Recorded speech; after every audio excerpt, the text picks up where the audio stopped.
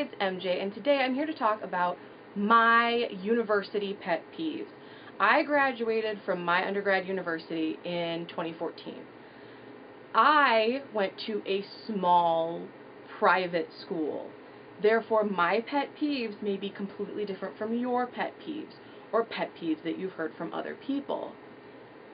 I know people who are still in school, I know people who are starting college, and I know most universities are already back in session for the year. So I'm going to run you through some of my pet peeves that I had in college, and don't get me wrong, I absolutely loved university. It was the best 4 years of my life so far. I'm not too far out of college yet, but I found some things about college extraordinarily annoying. And I broke mine down into categories, so I'm going to start out with like things that I had in the classroom that really annoyed me. So first, this is kind of about like professors that I've had, and most of my professors were great. This is something I think most people can relate to. A professor who expects you to take your notes at 95 miles an hour, where they'll have one slide, but they'll keep talking about the notes and then move on to another topic before you even have a chance to copy it down in your notebook or add it to your PowerPoint on your laptop or take notes on your laptop. It was just very annoying to be like, oh, that was information that I probably could have used but do not have because I cannot physically type or write that quickly. On that though, thank you to all the professors who send out the PowerPoint before class or put it in the blackboard. Another thing that really bothered me about my professors in college, or professors that my friends had, I don't think I had any specific personal instances of this, but professors who have office hours at one specific time, like 3 to 4 p.m. on Thursdays. And if you have a class at 3 to 4 p.m. on Thursday, you're not going to get in to see this professor ever, because they do not meet with students unless it's during their office hours, and that always really bothered me. When I had friends tell me like, oh yeah, I wanted to meet with this professor, but I couldn't because I was in class. I had this with some of my older professors, those who would read straight from the PowerPoint, where it would be no more information than they gave you on the PowerPoint that they'd sent out before class started or expected you to have written out, which made it almost pointless to go to class. And that being said, it made it very difficult to focus, like my camera right now, because the only information that you're getting is what was already given to you on the PowerPoint. I had more pet peeves about professors, but I can't remember them right now. Most of my professors were absolutely fantastic. Some, it was like a 3.5-hour class, and yeah, we'd all be bored by the end of it just because it was a 3.5-hour class. But there were so many professors that I had who made my experiences and my journey so much more, what word am I looking for? So much more worthwhile and so much more engaged in the material because they made it something that I wanted to learn. Okay, so you have professors, but you also have students. And granted, I was not a perfect student, but I still tried to not be a terrible person in my classes or around campus. So this is, again, my own personal opinion. You can disagree with me. Okay. I always disliked people who showed up on just exam days. So they'd show up for like the test, and then they'd show up for the midterm, and then they'd show up for the final, but you'd never see them at any other point. I was in a class of, it was supposed to be like 70, I think, yeah, like 70. And most of the time about 30 people showed up. I had professors like look at kids like, wait, I've never seen you in this class before. Are you registered? And then they realize, oh, it's a test day. They're just here to take the test and nothing else. Most of my classes took a lot of attendance points. So if you didn't show up for class, there's a good chance that your attendance points were going to be terrible. And that just lowered your grade. And I never wanted my grade to be low just because I didn't feel like going to class. I was a digital communications major. I have my degree in digital media communications. But I would always hate people in classes who spent their entire time on social media or texting. Why are you even coming to class? Why are you paying for this class if you're going to sit here and text your best friend, or your boyfriend, or your sorority sisters, or your fraternity brothers? I have nothing to say about Greek life because I was Greek in college. But why are you coming to class if that is what you're going to do? I had one theology professor who told us, you know what, I know you guys are texting because nobody looks down and smiles.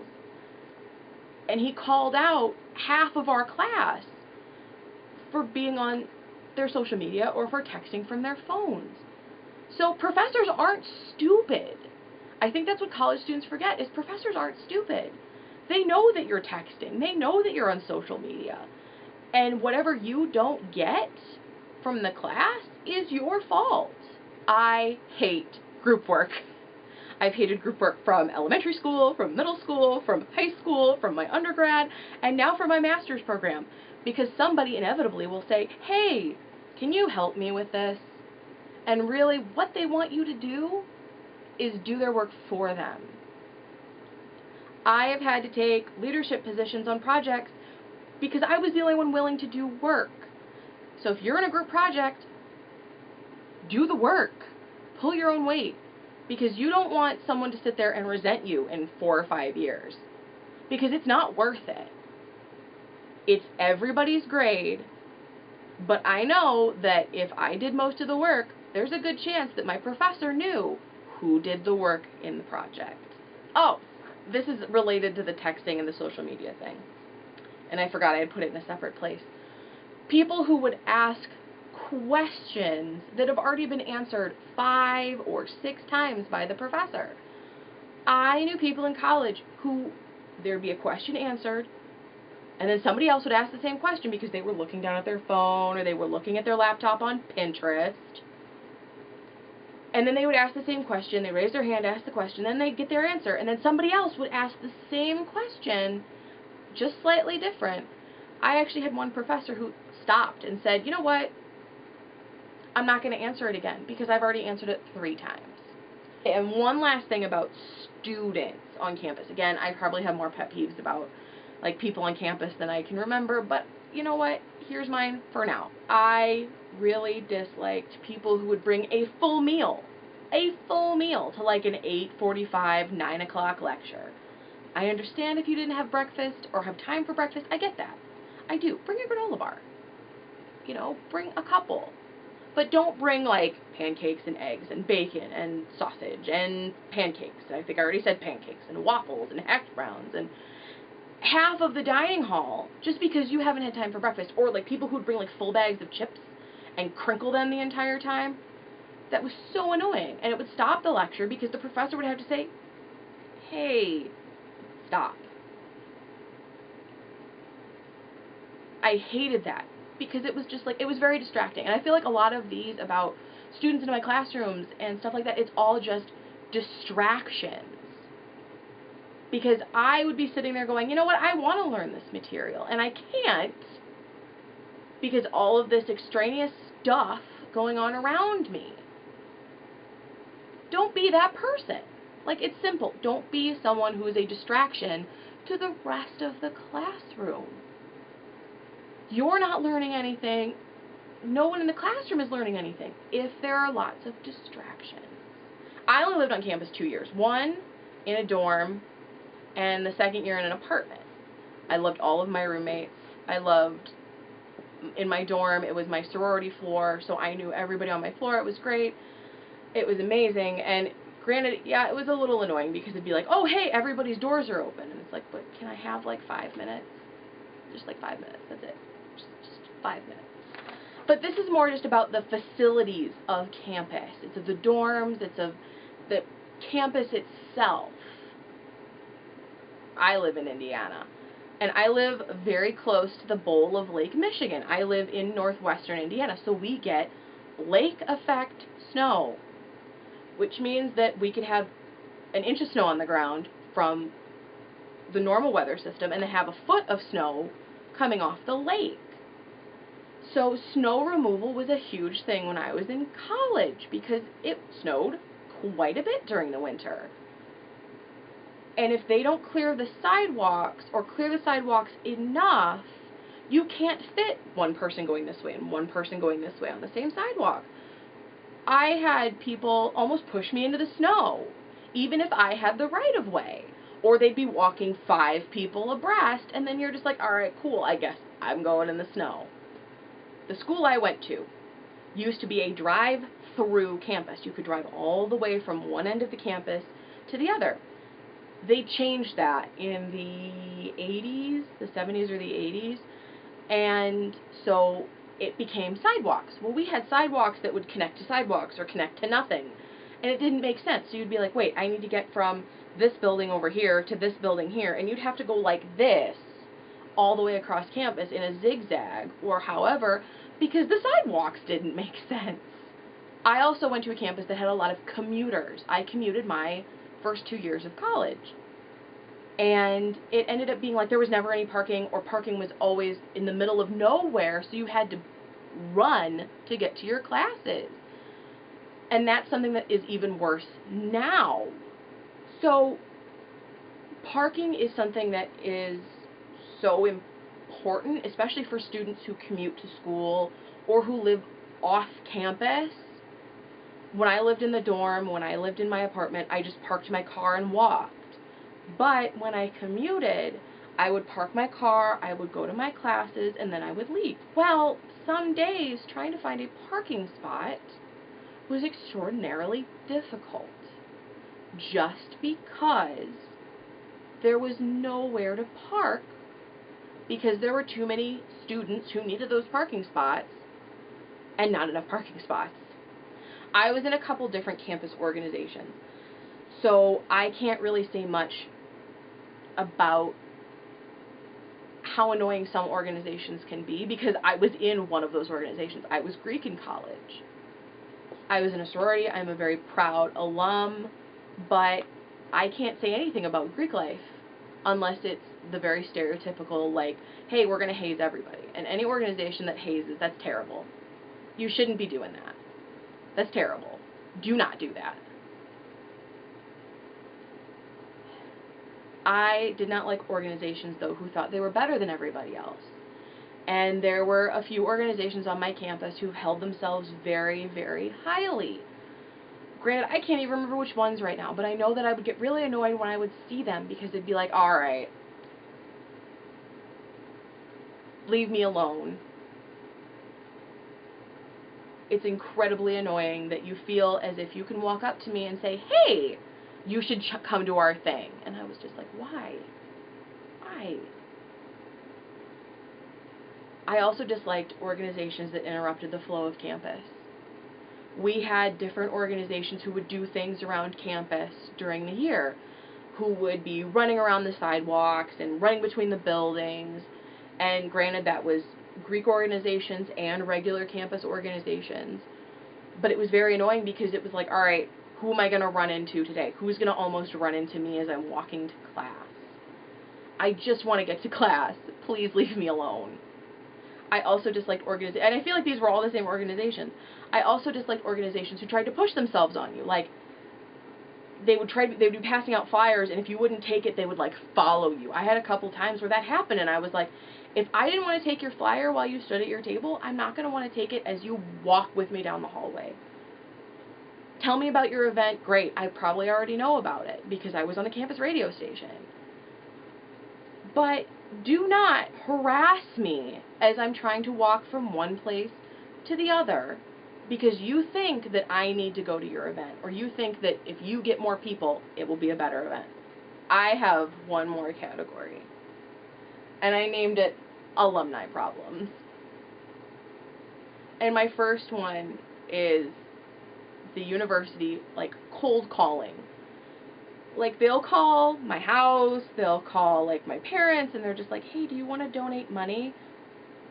I, one day, will give money to my university. But I need a few years. So that's what they should do. Give alumni a few years. Okay, great. Give them 5 years to let them establish themselves in a job or get through master's and doctorate programs or whatever else they need to do before you start begging them for money. Please. Like, I don't want you to beg for money from me. Like, I will give money on my own account, but not if you keep calling me, because that does not make me want to give you money. This is alumni social media problems. I feel like I have a lot of issues with people on social media, which sounds terrible because I like social media. But people who spend all of their time rubbing their successes or what they're doing in the faces of other people on social media. I haven't posted anything on a very popular social media site since I graduated from college.